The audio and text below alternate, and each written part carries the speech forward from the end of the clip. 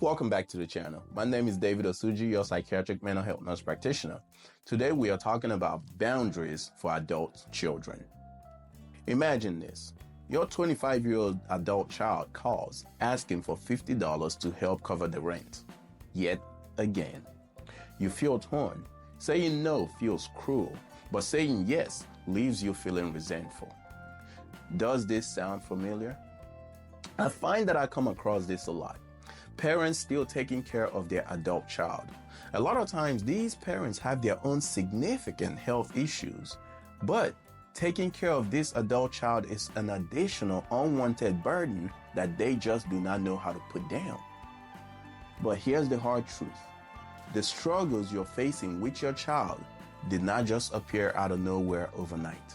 They stem from years and patterns of interactions that has developed over time. And whether we realize it or not, as parents, we are part of the equation that created the problem. This isn't about blame or guilt. It's about recognizing that our actions, your actions, shape your child's behaviors. And herein lies the good news. If you help to create the problem, you're also in a perfect position to help solve it. Let's talk about how. Boundaries are the invisible lines that we use to teach others how to treat us. I covered this topic in a previous video and I'll link it right now. But whether we realize it or not, what we do or don't do is constantly teaching other people how to treat us, either through painful consequences or by setting clear, healthy, assertive boundaries. But many parents do not realize that their behavior while their child was still growing up sets them up to have poor relationship dynamics. Think back to when your children were young. Did you swoop in to fix their mistakes, thinking it was love? Did you avoid conflict with your child, giving in to their demands just to keep the peace? Did you shield them from discomfort and consequences, thinking it was protecting them? It's easy to understand why. You love your child. No one wants to see their children struggle. But here's the unintended consequence. By solving their problems, you may have taught them that someone else will always solve their problems. And when that child becomes an adult, they carry that mindset with them.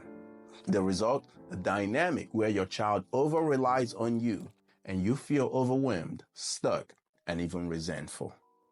I've had patients tell me that they are completely overwhelmed with dealing with their adult children's problems left and right, but they just don't know how to stop helping anymore. So let's get real. When I say set boundaries, what are the first thoughts that came to your mind?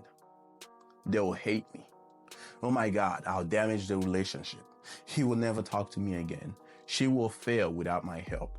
All these thoughts come flooding in. And these fears, they are valid. But what's the alternative? Avoid setting proper healthy boundaries. That's what you're doing right now. So my question for you is, how is that working out for you so far? If the answer is not good, then I think we should try something different. Let me reframe it this way. Every time you say yes to your child, but you actually want to say no, you're telling your child, I do not trust you to handle this by yourself. Setting boundaries, on the other hand, says, I believe in your ability to take responsibility for your situation.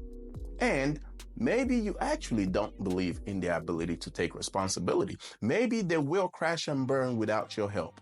But guess what? You will never find out if you always swoop in to save the day.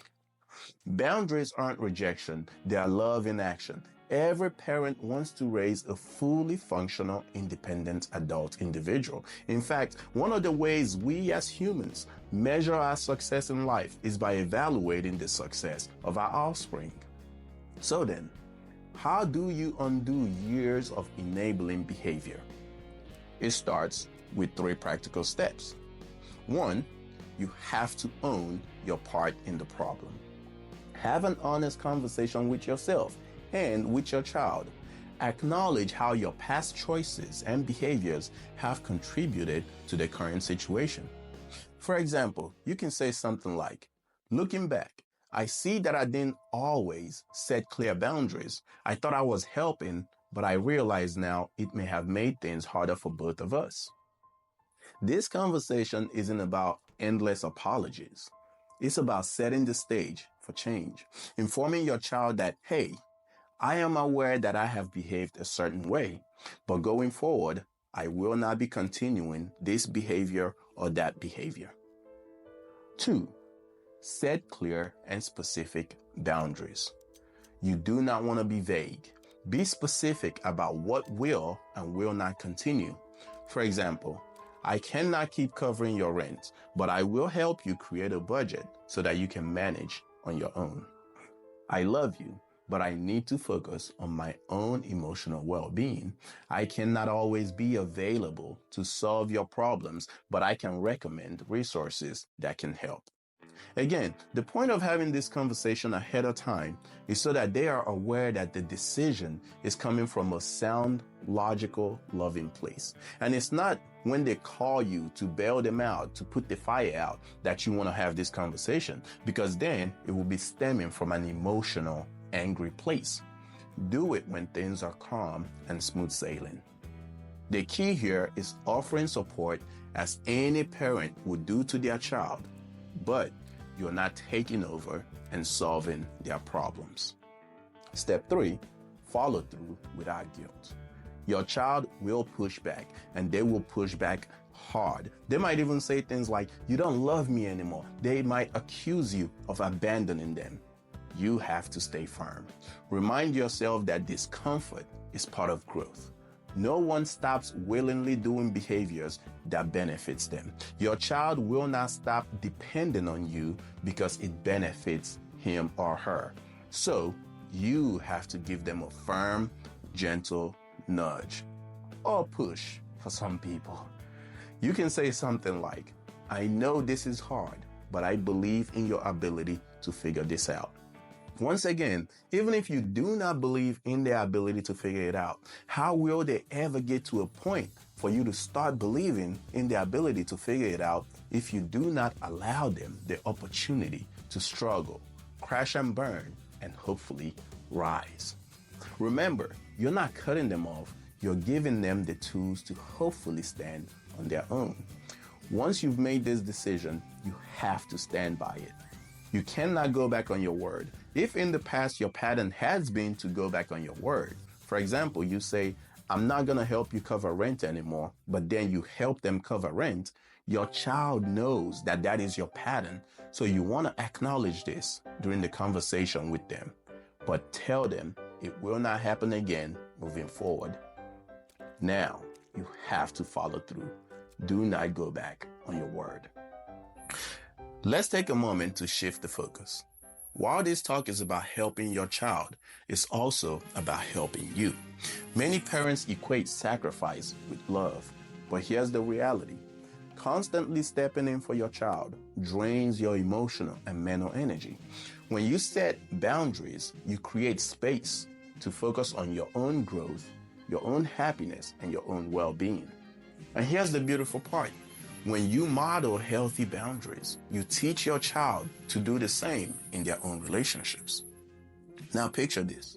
Your child calls you out of the blue, not to ask for money or to rescue them, but to share good news. They've landed a job. They've solved a problem. They've overcome a challenge on their own.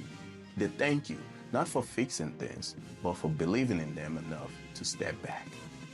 That's what boundaries make possible. So here's my challenge to you. Identify one way you've unintentionally enabled unhealthy behaviors in your child. Then write down one specific boundary you need to set. As always, start small. Start with a small boundary that you can set and uphold. Do not go back on your word. And 3, you want to commit to having that conversation with your child this week. It won't be easy, but growth doesn't come from being comfortable. It comes from doing the hard, necessary things. Growth comes from struggle. Remember, you're not abandoning your child by setting boundaries. You're empowering them to succeed on their own. And in doing so, you will rediscover your own peace of mind. That's all I got for you today, folks. If you like the message, like and subscribe to the channel and share it with someone who you think will benefit from it. See you in the next video.